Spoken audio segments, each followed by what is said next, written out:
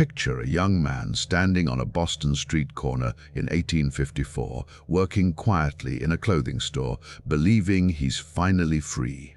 His name is Anthony Burns. He's 20 years old. He escaped slavery just 3 months ago by hiding in the belly of a ship.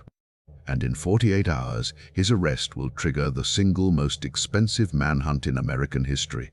Cost the federal government over $1 million in today's money, require 2,000 soldiers to march through Boston streets, spark a violent courthouse raid that leaves one man dead, and ignite a political firestorm that pushes an entire nation closer to civil war. But here's what haunts me about Anthony's story. Here's the question that changes everything. How does one man, born into a system designed to erase his very humanity, transform himself not once, not twice, but 3 times, from enslaved laborer to self-liberated refugee to educated minister who would inspire thousands? And what was the single choice, the one decision that set everything in motion, even though it would cost him his freedom all over again? Stay until the end, because the answer reveals something profound about the true cost of transformation, and it might change how you think about your own impossible challenges. Let me take you back to where it all began. May 31, 1834, Stafford County, Virginia, a plantation where a baby enters the world already stolen, already owned, already denied the most basic human right, the right to yourself. Anthony Burns was born the youngest of 13 children to a mother who worked as a cook for the Suttle family. Think about that for a moment. 13 children, all enslaved, all the property of Colonel Charles F. Suttle. Anthony's father died when he was very young, and his mother died shortly after his birth. So from his earliest memories, Anthony understood one brutal truth: he belonged to someone else. But let me paint you a fuller picture of what that meant. Stafford County in the 1830s wasn't some distant abstraction. It was a place where human beings were bought and sold like livestock, where families were separated on a whim, where children grew up knowing that any moment, any day, they could be sold away from everyone they loved. Anthony watched his siblings disappear into the slave trade. He saw his mother work herself to exhaustion in the Suttle family kitchen. He learned early that his body, his labor, his very existence belonged to someone who saw him as property, not person. Colonel Suttle didn't just keep his enslaved people on his plantation. He hired them out to various men throughout Stafford County, renting human beings like equipment. This was common practice. Enslavers would lease their slaves to other white men who needed labor but didn't want to purchase people outright. It was profitable, it was efficient, and it was devastating to the people being rented out. Anthony worked for William Brent of Falmouth, Virginia. Imagine being a child and knowing that not only do you not own yourself, but you could be rented out, sent away from whatever family you have left, assigned to work for strangers who paid your enslaver for the privilege of your labor. You wake up one morning and you're told you're going to work for someone new. You have no say, no choice, no control over the most basic aspects of your life. But something was happening inside Anthony that the system couldn't see, something the slaveholders couldn't control. He was thinking, he was learning, he was beginning to understand something that would eventually fuel his transformation. And later, in his own words, he would articulate it with stunning clarity. God made me a man, not a slave, and gave me the same right to myself that he gave the man who stole me. Read that again. A man born into slavery, denied education, denied freedom, denied everything, could still reason his way to the fundamental truth of human equality. He understood natural rights before he ever heard the term. He knew he'd been stolen before he knew the legal arguments. This wasn't just intelligence. This was moral clarity, forged in the furnace of injustice. We don't know exactly how Anthony learned to read. Enslaved people were forbidden from literacy in most southern states. Teaching a slave to read was illegal. But Anthony found a way. Maybe someone taught him in secret. Maybe he taught himself by studying signs and newspapers he glimpsed. Maybe he traded labor for lessons. However it happened, Anthony Burns acquired the most dangerous weapon an enslaved person could possess: knowledge.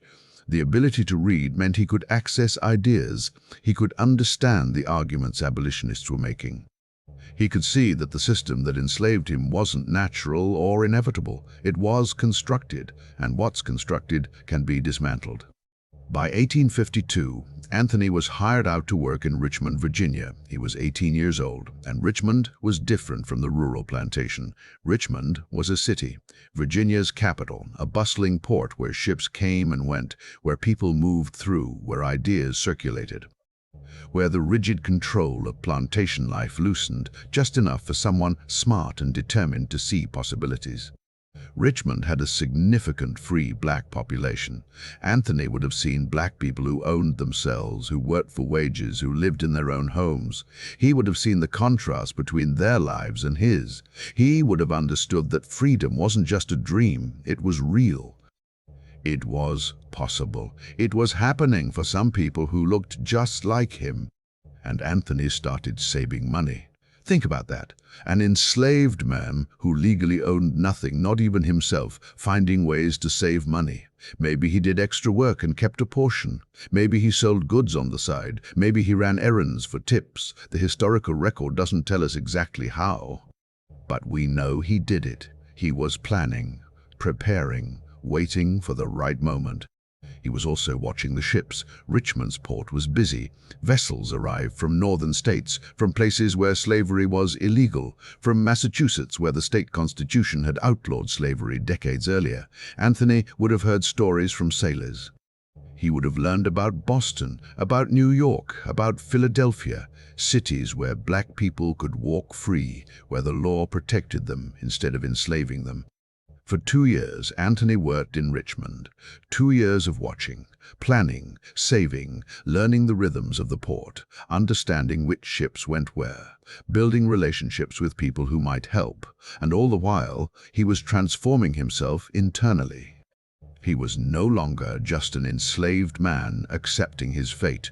He was a man preparing to seize his freedom. That moment came in early February 1854. Anthony met a sailor, a friendly man who saw him as human, not property. We don't know this sailor's name. History didn't record it. But this unnamed sailor agreed to help Anthony do the most dangerous thing an enslaved person could attempt: escape. Think about what this sailor was risking. Helping an enslaved person escape was a federal crime. The Fugitive Slave Act of 1850 had made it illegal to assist runaways. If caught, this sailor could face massive fines, imprisonment, and the destruction of his career. But he helped anyway. Because some people, when faced with injustice, choose conscience over law. One early morning in February, Anthony Burns climbed aboard a ship bound for Boston. But he didn't walk on as a passenger. He couldn't. He was contraband, stolen property, trying to steal himself back. So he hid in a small compartment in the bowels of the ship. Can you imagine that journey? Cramped in darkness, the ship rocking, every sound potentially discovery, every moment potentially the end of everything. The compartment was tiny, barely big enough for a man to crouch in. No light, no fresh air, the smell of tar and bilge water, the constant creaking of wood, the shouts of sailors above. And Anthony pressed into that dark space, not knowing if the next sound would be someone discovering him. Not knowing if he'd be dragged out and returned to slavery before the ship even left Virginia waters. The journey took 1 day. 24 hours that must have felt like a lifetime. 1 day between slavery and freedom, 1 day of fear and hope and desperate prayer, 1 day of physical discomfort so intense that most people couldn't endure it. But Anthony endured, because the alternative was spending the rest of his life as someone else's property. The ship arrived in Boston in March 1854. Anthony Burns, 20 years old, stepped onto free soil. Massachusetts had outlawed slavery. He was in the North. He'd made it. He found work in a clothing store owned by Coffin Pitts. He posed as a free man. And for a few precious weeks, he lived the life he'd been denied since birth. Let me tell you what those weeks must have been like, because this is where we need to slow down and really understand what freedom meant to someone who'd never had it. Anthony woke up in the morning and he belonged to himself. He got dressed in clothes he'd chosen. He walked to work on streets where no one could stop him and demand to see his papers. He earned wages, money that was his. He could spend it how he wanted, save it, use it to build a life. He worked in a clothing store, helping customers, learning the business, interacting with people who treated him as an employee, not property, people who paid him for his labor instead of owning his labor, people who saw him as Anthony, not as subtle slave. He could walk into a church and worship without someone watching to make sure he didn't get ideas about freedom. He could buy a newspaper and read it without fear. He could have conversations with other black people about their lives, their hopes, their dreams, without worrying that someone would punish them for talking. He could imagine a future. That's what freedom gave him, the ability to think beyond tomorrow, to plan, to dream. Maybe he'd save enough money to rent a room of his own. Maybe he'd learn a trade. Maybe he'd meet someone, fall in love, build a family. Maybe he'd go to school. Maybe he'd become something more than he'd ever been allowed to be. For 3 months, Anthony Burns lived in that possibility. 3 months of freedom. 3 months of being human in the fullest sense. 3 months of transformation from property to person. But Anthony made one mistake, one very human, very understandable mistake. He was homesick. He missed his brother. So he wrote a letter home to Virginia. Just a letter, just words on paper saying he was alive, he was safe, he was free. That letter destroyed everything, because that letter revealed his location. And in 1854, there was a law, a federal law, that turned the entire United States into a hunting ground for people like Anthony, the Fugitive Slave Act of 1850.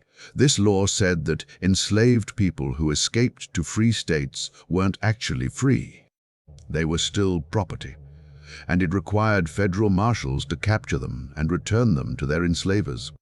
The Fugitive Slave Act was one of the most controversial pieces of legislation in American history. It was part of the Compromise of 1850, a series of laws designed to ease tensions between North and South over slavery. But it didn't ease tensions, it inflamed them. Because it forced northern states to participate in slavery, it turned northern law enforcement into slave catchers. It made freedom an illusion. Under this law, federal commissioners could issue warrants for the arrest of alleged fugitive slaves. The accused person had no right to a jury trial. They couldn't testify on their own behalf. The commissioner who decided their fate was paid $10 if he ruled the person was a slave, but only $5 if he ruled them free. Think about that incentive structure. The system was rigged from the start. And it meant that Anthony's letter was basically a map leading slave catchers right to him. Colonel Charles F. Suttle received that letter, or someone intercepted it and informed him. And Suttle saw an opportunity. His property had escaped. His property was in Boston, and the federal government would help him get his property back. Suttle traveled to Boston. He brought legal representation. He filed the paperwork. He got his warrant. And on May 24, 1854, federal marshals went hunting for Anthony Burns. May 24, 1854. Night. Court Street in Boston. Anthony Burns was walking when federal marshals surrounded him. Deputy Marshal Asa Butman executed the arrest warrant. They told Anthony he was being charged with robbery. It was a lie, a pretext to get him into custody without resistance. They wrestled him into the courthouse. They held him overnight under heavy guard in an upper room. Imagine that moment. Anthony walking down a Boston street, thinking about his day, thinking about his life, thinking about his future. And suddenly, men are grabbing him. He's being arrested. He's being told he's a criminal.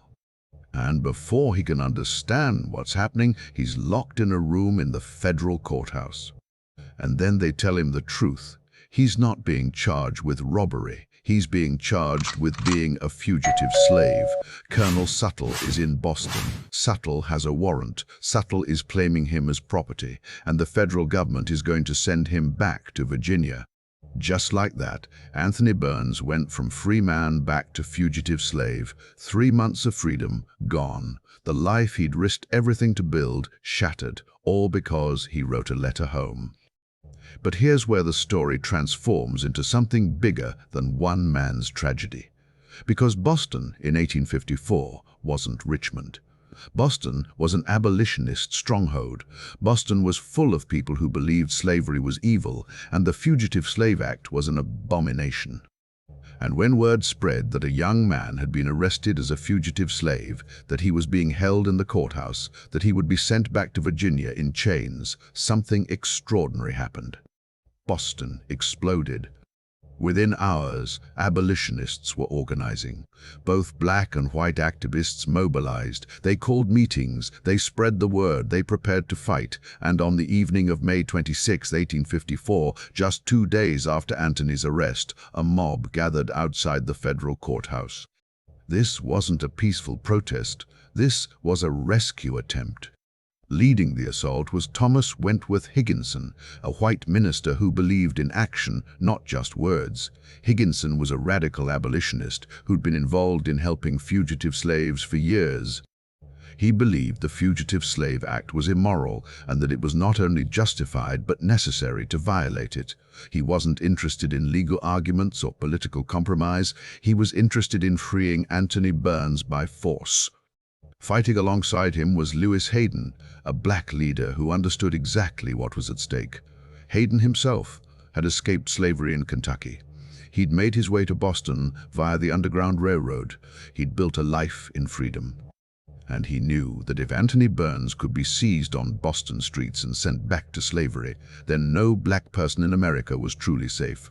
The Fugitive Slave Act made every black person, free or enslaved, vulnerable to kidnapping and enslavement.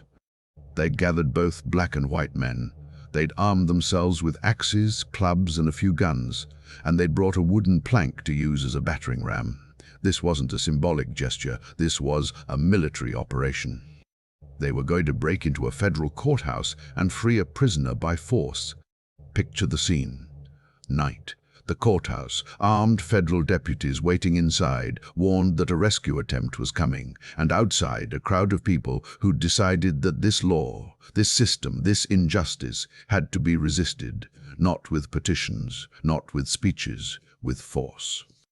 The crowd swelled. Estimates suggest several hundred people gathered. Some were there to help with the rescue, others were there to witness, others were there because they were angry and wanted to do something, anything to resist what was happening. They rammed the door. Once, twice. The wood splintered. They brought axes. They hacked at the door. And finally, it gave way. Thomas Wentworth Higginson was the first person through that breach. He charged into the courthouse. But the deputies were ready, armed, waiting. And in the chaos, in the violence, in the desperate struggle, a deputy named James Batchelder was killed. Historical accounts differ on exactly what happened. Some say he was shot, others say he was stabbed. But in the melee, in the confusion, Batchelder fell, blood on the courthouse floor, a man dead, and the rescue attempt failed. The deputies held the courthouse. They beat back the attackers. They secured the building, and Anthony Burns remained in custody. Think about what this means. A violent confrontation, a death, all to try to save one man from being returned to slavery. This wasn't abstract politics anymore. This was real. This was people willing to kill and die over the question of whether Anthony Burns was property or a person. The trial began. And Anthony got lawyers, good lawyers. Richard Henry Dana Jr., the author of 2 Years Before the Mast, The Legal Mind, took his case. Dana was one of Boston's most prominent attorneys. He was an abolitionist who defended fugitive slaves before. He knew the law. He knew the stakes. And he was determined to save Anthony Burns. Charles Mayo Ellis joined him. Together they built a defense. They argued. They fought. They pointed out that Anthony didn't match the description in the Virginia certificate. They specifically highlighted his right hand as evidence of misidentification. They challenged the constitutionality of the Fugitive Slave Act itself. They argued that Massachusetts law should supersede federal law in this case. On the other side, Edward G. Parker and Seth J. Thomas represented the government, and Charles F. Suttle, Anthony's enslaver, who traveled to Boston to claim his property. They argued that the law was clear. The Fugitive Slave Act required the return of escaped slaves. Suttle had documentation proving Anthony was his property. The physical description matched. The case was simple. And presiding over it all was Judge Edward Greeley Loring, a federal commissioner who had to decide, was Anthony Burns a man or was he property? The courtroom was packed every day. Abolitionists filled the seats, reporters scribbled notes. The tension was palpable. Outside, crowds gathered. Inside, lawyers argued over whether a human being could be owned. Anthony himself testified. Historical records preserve his words, his testimony, his understanding of his own humanity. According to trial transcripts, he spoke with clarity and conviction. "Look at my case," he said. "I was stolen and made a slave as soon as I was born. No man had any right to steal me." Can you hear the moral clarity in those words? The philosophical sophistication. This wasn't a man who needed white abolitionists to tell him he deserved freedom. He knew. He'd always known. He was articulating natural law theory, the foundation of American democracy, from the witness stand as a fugitive slave. He talked about his escape, he talked about his work in Boston, he talked about his life, and he made it clear that he understood exactly what was at stake. This wasn't just about him, this was about whether the law recognized his humanity or denied it. Dana and Ellis fought hard. They presented evidence. They cross-examined witnesses. They made constitutional arguments. They appealed to morality and justice. They did everything lawyers could do. But Judge Loring ruled against him. According to the Boston slave riot pamphlet, Loring insisted that slave catching was a solemn duty he could not refuse. The law was the law. Anthony Burns was property. He would be returned to Virginia. The decision came down on June 7, 1854, and that's when Boston truly lost its mind. The federal government knew what that meant. They knew Boston wouldn't accept it quietly. They knew that after the violent rescue attempt, after the death of Deputy Batchelder, after weeks of protests and outrage, they couldn't just walk Anthony Burns to the docks and put him on a ship. So they prepared for war. Not a war against a foreign enemy, a war against their own citizens to enforce slavery in a free state. They mobilized 2,000 soldiers and Marines. 2,000 for one man. They called in federal troops. They called in state militia. They called in Marines from the Navy Yard. They lined the streets. They prepared to march Anthony Burns from the courthouse to the ship that would carry him back to slavery. And they spent $40,000 on this operation. $40,000 in 1854 money. That's over $1 million today. The single most expensive fugitive slave case in American history. Think about that. The federal government spent $1 million to return one man to slavery. They deployed 2,000 troops. They turned Boston into an occupied city, all to enforce the Fugitive Slave Act. June 1854. The procession began. Anthony Burns, in chains, surrounded by 2,000 troops, marched down State Street. And the people of Boston lined the streets, 50,000 people. They booed, they hissed, they shouted, they hung black cloth from their windows in mourning. They hung the American flag upside down. Some buildings draped coffins from their facades. The city was in mourning, not for a death, but for the death of the idea that Massachusetts was truly free. Richard Henry Dana, Jr., Anthony's lawyer, watched the procession and called it what it was, a vile procession, the visible manifestation of slavery's power over the entire nation, the proof that the Fugitive Slave Act had turned the North into slavery's enforcer. The streets were lined with soldiers, bayonets fixed, ready to use force if anyone tried to rescue Anthony. The crowd pressed close but couldn't break through. They shouted, they wept, they cursed, but they couldn't stop it. Anthony was marched to the docks. He was put on a ship. He was sent back to Virginia, back to slavery, back to Colonel Suttle. And you might think that's where the story ends. You might think Anthony Burns disappears back into the system that created him, another victim, another tragedy, another name lost to history. But remember that question I asked you at the beginning. How does one man transform himself 3 times? We've seen 2 transformations already, from slave to fugitive, from fugitive back to slave. But The third transformation, the final transformation, that's where the real power of this story lives. Because something happened after Anthony was returned to Virginia. The public outcry didn't stop. The outrage didn't fade. People were horrified. They were ashamed. They were angry. And they wanted to do something. In Boston's Black Baptist community, a minister named Leonard Grimes started raising money. Grimes was born free in Virginia. He'd been imprisoned for helping enslaved people escape. He understood slavery. He understood freedom. And he understood that sometimes you have to work within an unjust system to save a life. Grimes was the pastor of 12th Baptist Church in Boston. His congregation was largely black, many of them formerly enslaved people who'd escaped to freedom. They understood what Anthony was facing. They understood that he was suffering because he dared to claim his own humanity. And they were determined to bring him back. Some white abolitionists refused to contribute. They said buying Anthony's freedom was sanctioning slavery, admitting that human beings could be bought and sold.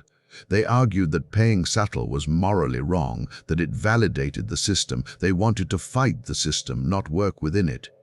But Grimes and the black community didn't have the luxury of ideological purity. They had a practical goal. Get Anthony out, save his life, bring him home.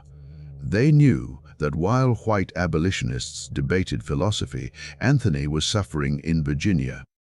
They knew that moral arguments didn't free people from chains. Money did. So they raised funds, dollar by dollar, donation by donation, from people who had very little themselves, from formerly enslaved people who knew exactly what Anthony was enduring, from free black people who understood that his fight was their fight, from working people who gave what they could spare and sometimes what they couldn't. It took 9 months. 9 months of fundraising, 9 months of Anthony back in slavery, knowing that people were trying to buy his freedom but not knowing if they'd succeed. 9 months of uncertainty and hope and fear. Grimes raised $1,300 in 1855, a fortune for a working-class congregation, a testament to their commitment, a measure of how much Anthony's freedom mattered to them. Grimes traveled to Baltimore in February 1855. He met with David McDaniel Martin, the slave trader who now controlled Anthony. Suttle had sold Anthony to Martin, probably to get him away from Virginia, where the publicity might cause problems. Martin was a professional slave trader. He bought and sold human beings for profit, and he was willing to sell Anthony Burns for the right price. $1,300. That was the price of Anthony's freedom. Compare that to the $40,000 the government spent to return him to slavery. The government spent 30 times more to enforce slavery than it cost to end it for one man. Think about that math. Think about what it reveals about the system's priorities. The system would spend a fortune to maintain slavery, but wouldn't spend a penny to end it. If this story of a community raising $1,300 to free one man while the government spent $40,000 to enslave him inspires you, like this video to help others discover how collective action can challenge even the most powerful systems. Anthony Burns returned to Boston in 1855, but he didn't return as the same man who'd been marched down State Street in chains. He returned as a free man, legally free, and he had a choice to make. What do you do with freedom once you've lost it and won it back? How do you transform trauma into purpose? Anthony chose education. He enrolled at Oberlin College in Ohio. Oberlin was radical for its time. It admitted black students. It admitted women. It was a hotbed of abolitionist thought. And Anthony Burns, who'd been denied education his entire life, who'd taught himself to read and reason despite the system, now had access to formal theological training. Think about what this means. A man who'd been legally property just months before was now sitting in college classrooms. He was studying theology. He was preparing for ministry. He was transforming himself from someone the law said had no rights into someone who would teach others about moral law, about justice, about God.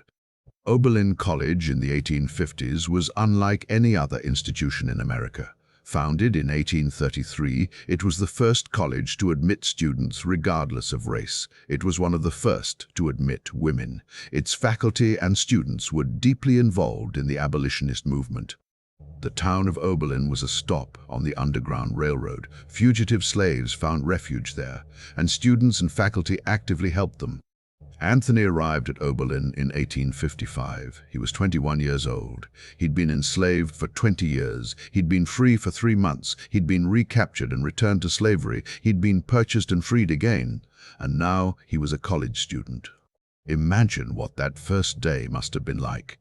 Walking onto a college campus, seeing buildings dedicated to learning, meeting professors who would teach him, sitting in a classroom with other students, black and white, all there to learn. Opening books, taking notes, discussing ideas, all things that had been forbidden to him his entire life.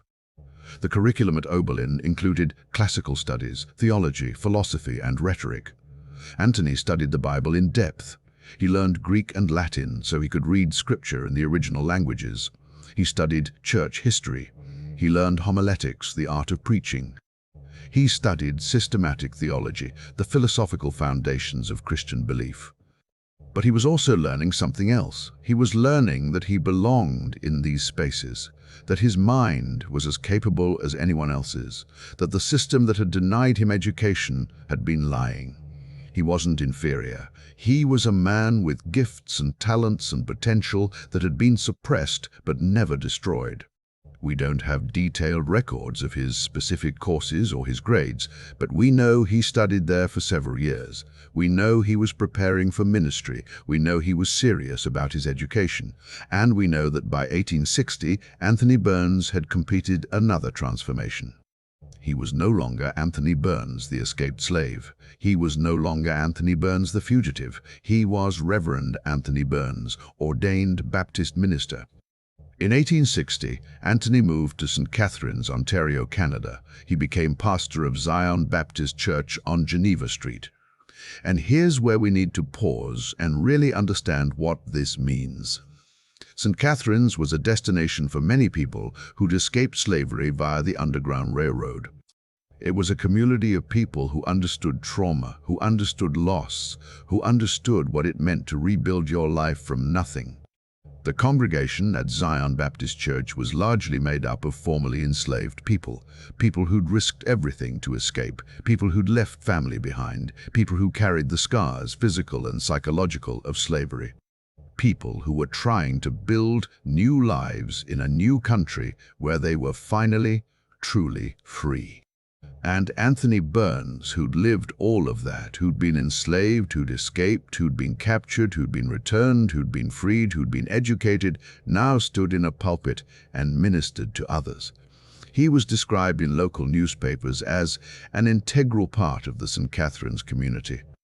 He preached, he counseled, he led, he inspired. Think about what his sermons must have been like. He could speak from experience about suffering, about injustice, about the struggle for freedom, about the cost of standing up for what's right, about the power of community, about the importance of education, about the reality of transformation. He could look at his congregation and say, I know what you've been through. I've been there. I was property. I was stolen. I was denied everything. But I'm standing here now as a free man, as an educated man, as your pastor. And if I can transform, so can you. He could preach about hope because he'd lived it. He could preach about resilience because he'd embodied it. He could preach about justice because he'd fought for it. He could preach about God's love for the oppressed because he'd experienced it. The local newspaper, the St. Catharines Journal, mentioned him several times. They noted his arrival. They commented on his preaching. They described him as well respected in the community. For a black minister in 1860s Canada, that was significant. It meant he'd earned the respect not just of his congregation, but of the broader community. Think about the psychological journey that represents, from being told you're property to telling others they're children of God, from being denied your humanity to affirming the humanity of others, from being silenced to having a voice that people gathered to hear. That's not just a career change. That's a complete reconstruction of identity. That's transformation at the deepest possible level. But Anthony's story has a tragic coda, because his body never fully recovered from what the system did to him. When he was imprisoned in Boston, when he was held in that courthouse, when he was returned to slavery, something broke inside him physically. Historical records tell us he never fully regained his health after being incarcerated for running away from slavery. He developed tuberculosis, consumption they called it then, a disease that slowly steals your breath, that weakens you, that kills you by degrees. In the 19th century, tuberculosis was a death sentence. There was no cure, no effective treatment. You could only manage symptoms and hope. Anthony's health declined through 1861 and 1862. He continued to preach as long as he could. He continued to serve his congregation. But the disease was relentless, and on July 17, 1862, just 2 years after beginning his ministry in St. Catherine's, Anthony Burns died. Think about that. He lived 20 years in slavery. He had 8 years of freedom, interrupted by his recapture. He had 2 years as a minister. And then he was gone. Tuberculosis took him, but really, slavery took him. The system that imprisoned him, that stressed his body, that denied him health care, that traumatized him, that system killed him even after he was legally free. He's buried at Victoria Lawn Cemetery in St. Catherine's. The local newspaper reflected on his short time in Canada, noting that he'd been a valued member of the community and that his death was a loss.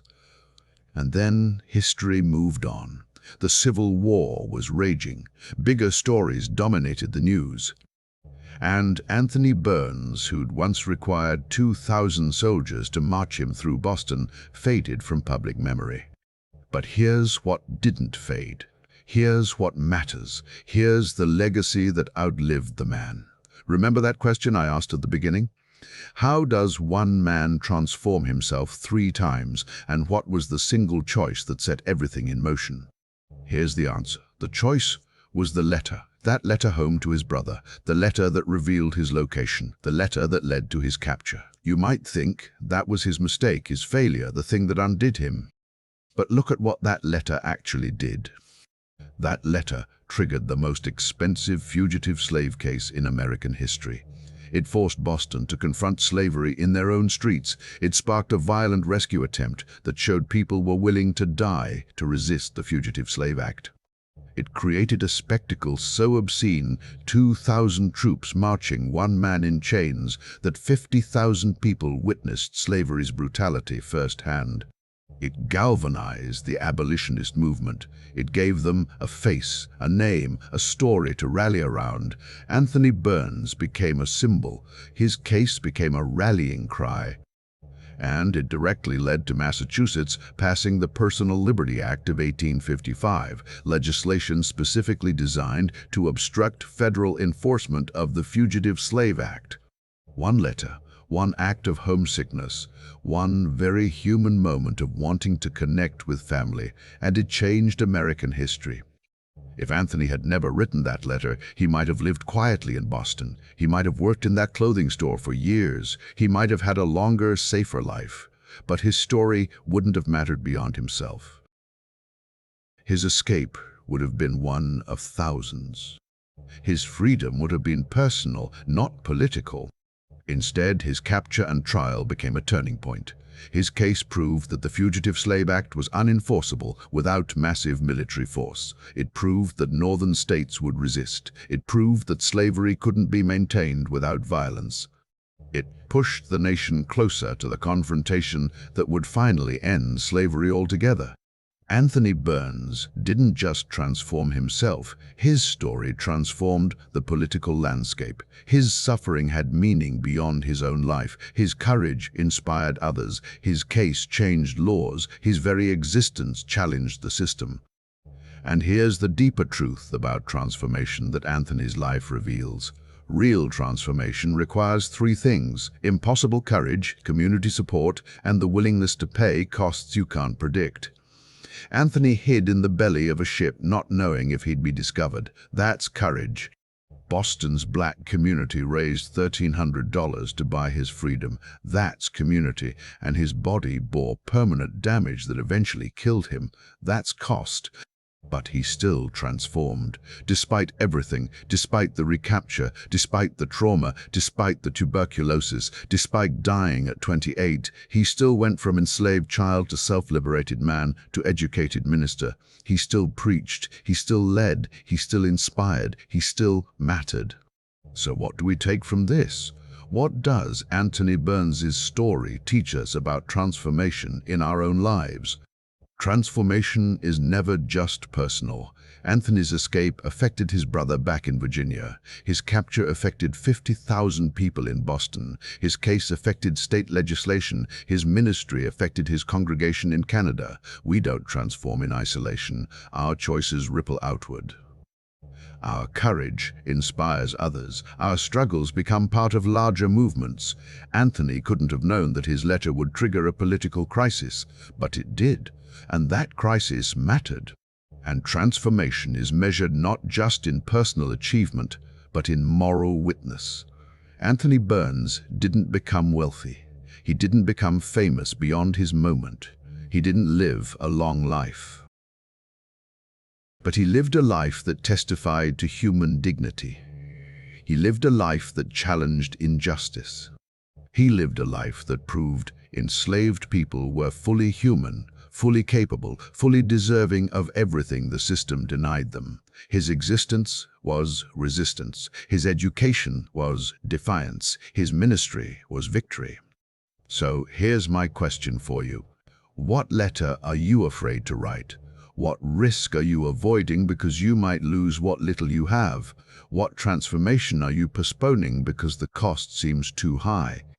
Anthony Burns wrote a letter that cost him his freedom, and that loss became the catalyst for everything that followed. His recapture led to his redemption. His public humiliation led to his education. His suffering led to his ministry. The thing that seemed like his biggest mistake became the hinge on which his entire legacy turned. Maybe your transformation won't be clean either. Maybe it'll involve setbacks. Maybe it'll cost you more than you want to pay. Maybe you'll face systems designed to stop you. Maybe you'll suffer in ways that leave permanent scars. Maybe you won't live to see the full fruit of your courage. But maybe, like Anthony, your transformation will matter beyond yourself. Maybe your courage will inspire others. Maybe your struggle will change systems. Maybe your witness will outlive you. Maybe the thing you think is your mistake will actually be the catalyst for everything that follows. Anthony Burns lived 28 years, 20 in slavery, 8 in freedom, 2 as a minister, and more than 160 years later we're still talking about him, we're still learning from him, we're still inspired by him. That's not failure. What limitations in your own life might actually be fuel for your greatest transformation? What system are you accepting that you should be challenging? What impossible thing are you capable of that you haven't tried yet? Share your thoughts in the comments below. Tell me what part of Anthony's story resonates with you. Tell me what transformation you're working toward. Tell me what letter you're finally ready to write. Because your story matters too. Your transformation matters too. Your courage matters too. And maybe, like Anthony, your willingness to risk everything for who you're meant to become will inspire someone else to do the same.